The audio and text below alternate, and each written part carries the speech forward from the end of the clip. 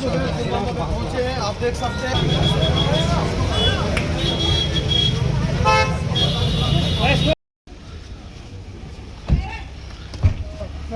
इधर क्या होता है?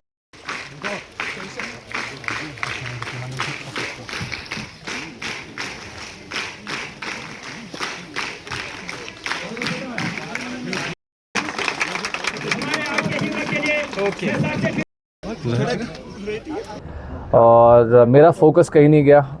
मैं सेलिब्रेट करता हूँ अपनी विक्ट्री को हमेशा, लेकिन हम सेलिब्रेट करते हैं हमेशा इस हिसाब से कि हमारा फोकस कहीं नहीं जाता। हमारा फोकस फिर भी होता है कि नहीं, हम भूखे अभी, हमें और करना है। क्योंकि बहुत सारे मैंने देखे ऐसे फाइटर्स, ऐसे जो स्पोर्ट्स खेलते हैं या चीज़ें करते हैं, वो जब कोई जीत के आता है या कोई किसी भी तरीके का फेम मिलता है, कोई भी चीज़ होती है, तो वो डिस्ट्रैक्ट हो जाते हैं। लेकिन हमारा हमेशा ये होता है कि हम फोकस्ड रहें, हमारा गोल इससे थोड़ा सा और ऊपर रहे और हमेशा हम अपग्रेड करते रहे, हम हर दिन एक स्टेप ऊपर जाए।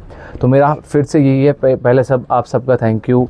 मुझे पूरे इंडिया ने आज अच्छे से सेलिब्रेट किया और सब ने सपोर्ट किया, सब ने दिखाया। 1.6 मिलियन लोग लाइव देख रहे थे पहली बार इंडिया से, और मतलब रात को फ़ाइट चल रही थी और रात को सब देख रहे थे मेरी फ़ाइट। तो ये मेरे लिए एक बहुत बड़ी अचीवमेंट है। फ़ाइट जीतने से ज़्यादा बड़ी अचीवमेंट मेरे लिए ये है कि लोग मुझे सपोर्ट कर रहे हैं, प्यार कर रहे हैं, और बहुत सारे मुझे वीडियोज़ भेज रहे थे कि वो रो रहे थे। तो इमोशंस मेरे से कनेक्टेड है, ये मेरे लिए बहुत बड़ी अचीवमेंट है।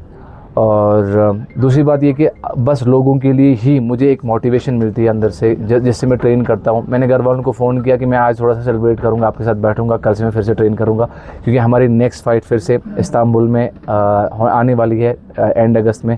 और वो ग्रैपलिंग मैच होगा जहाँ पे बड़े UFC फाइटर्स होंगे और मैं भी वहाँ पर रहूँगा।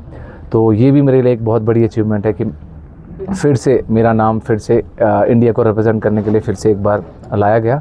तो मैं फिर से ये कहूँगा कि हमेशा फोकस्ड रहता हूँ मैं। हमेशा ये है होता है मेरे पास कि मैं हमेशा कुछ और अचीव करूँ, कुछ नया करूँ। हमेशा एक प्यास होती है मेरे अंदर। Well, sir, it was a long journey, 20 घंटे का सफ़र, and then we saw your energy. It was unprecedented. What was your motivation at that point in time to knock him off? जब मैं यहाँ से गया था, यहाँ से एक तो मेरे पैर में लगी थी, उसके बाद मेरा शोल्डर उसमें लगी थी, उसके बाद मैं वहाँ पे गया। हमने 40 आवर्स का एक सफ़र किया और वहाँ पहुँचते ही फ़ाइट वीक में मेरा फ़ीवर हो गया, फ़ीवर और ज़ुकाम हो गया। और मैं ये जर्नी किसी के साथ शेयर नहीं कर रहा था, क्योंकि अगर मैं किसी से शेयर करता, लोग बोलते हैं एक्सक्यूज़ बोल रहा है। और हर मतलब कुछ प्यार करने वाले लोग जो है वो बोलते हैं कि फ़ाइट भी मत करो, आप गिव अप करो। तो मैं किसी को वो एनर्जी देना नहीं चाहता था। सारे मुझे सपोर्ट कर रहे थे, मैं एक यकीन पे था कि हो जाएगा ठीक। मैं वहाँ पे पहुँचा, इवन मैंने दवाई खाई, मैंने एंटीबायोटिक्स लिए, मैंने क्रोसिन लिया। मैं 2 दिन में ठीक हो गया, थोड़ा सा ठीक हुआ। उसके बाद मुझे 75 से 68 kg का वेट कट करना था, 7 किलो वेट कट करना था एक दिन में। और मैं रात को भागा ट्रेडमिल पे, मैंने सोना लिया, वहाँ पे बहुत हॉट टेम्परेचर होता है, वहाँ पे लिया, पसीना बहाया और 68 वेट मेरा आया ऑफिशियल। और उसके बाद में मैंने फ़ाइट जो करनी थी, फ़ाइट से बिल्कुल एग्जैक्ट पहले जो रैप्स करते हैं, हैंड रैप्स करते हैं, जो हैंड रैप करने वाला था वो वहाँ का उसका था, उसके इलाके का था। तो उसने मेरा हाथ काटा, उसने कैंची से ऐसे ही किया, मतलब कट करने के टाइम पे। और मुझे ऐसा लगा कि उसका इंटेंशन था जानबूझ के मेरा हाथ काटना, और खून आया। लेकिन मैं इन चीज़ों को, जैसे मैं फ़ीवर था, जैसे मैं वेट कट कर रहा था और मेरा हाथ कट गया था, खून आ रहा था, मैं समझ रहा था अंदर से एक मोटिवेशन आ रही थी मुझे कि इतना सब कुछ बुरा हुआ मेरे साथ, अब इससे ज़्यादा और क्या बुरा हो सकता है। मैं केज में जाऊंगा, अब कोई नहीं रोक सकता मुझे। जब मैं केज में गया, केज से पहले थोड़ा सा था, डाउट्स आ रहे थे, चीज़ें आ रही थी, लेकिन जब मैं केज में गया मेरा दिल एकदम से काम हो गया। और मेरे पास कुछ दुआएं थे, बाकी चीज़ें थे, मैंने पढ़ी। मैं अंदर गया, केज के अंदर गया, मैं बिल्कुल काम था। और मुझे ऐसा लगा कि मेरा अपोनेंट है वो बिल्कुल शॉक हो गया।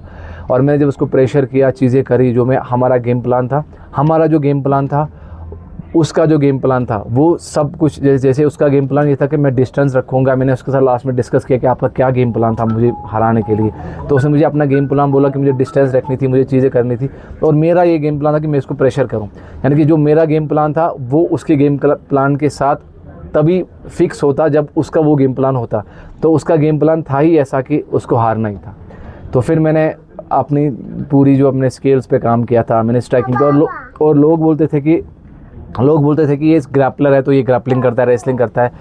तो लेकिन मैंने उनको दिखाया कि मैं स्ट्राइक भी कर सकता हूँ, और आज नॉकआउट किया हमने, नॉकडाउन किया, उसके बाद ग्राउंड एंड पाउंड से फिनिश किया, और हमने बताया कि हम कंप्लीट फाइटर है और हम किसी भी लेवल पे फाइट कर सकते हैं। आपने जिस तरह से सेलिब्रेट किया, आपके टोपी करा जी, लोग नहीं थे तो मैं ये सोच रहा था, अंदर से फील कर रहा था मेरे पास लोग नहीं है, लेकिन मेरे पास लोगों की यादें हैं, जो हमारे पास लोग, जो पुराने ज़माने के लोग हमारे पास थे, जिनका कल्चर अच्छा था, हमसे ज़्यादा अच्छा था, जो ज़्यादा हया वाले थे, जिनके पास अच्छा डिसिप्लिन था, जिनके पास अच्छा खाना था।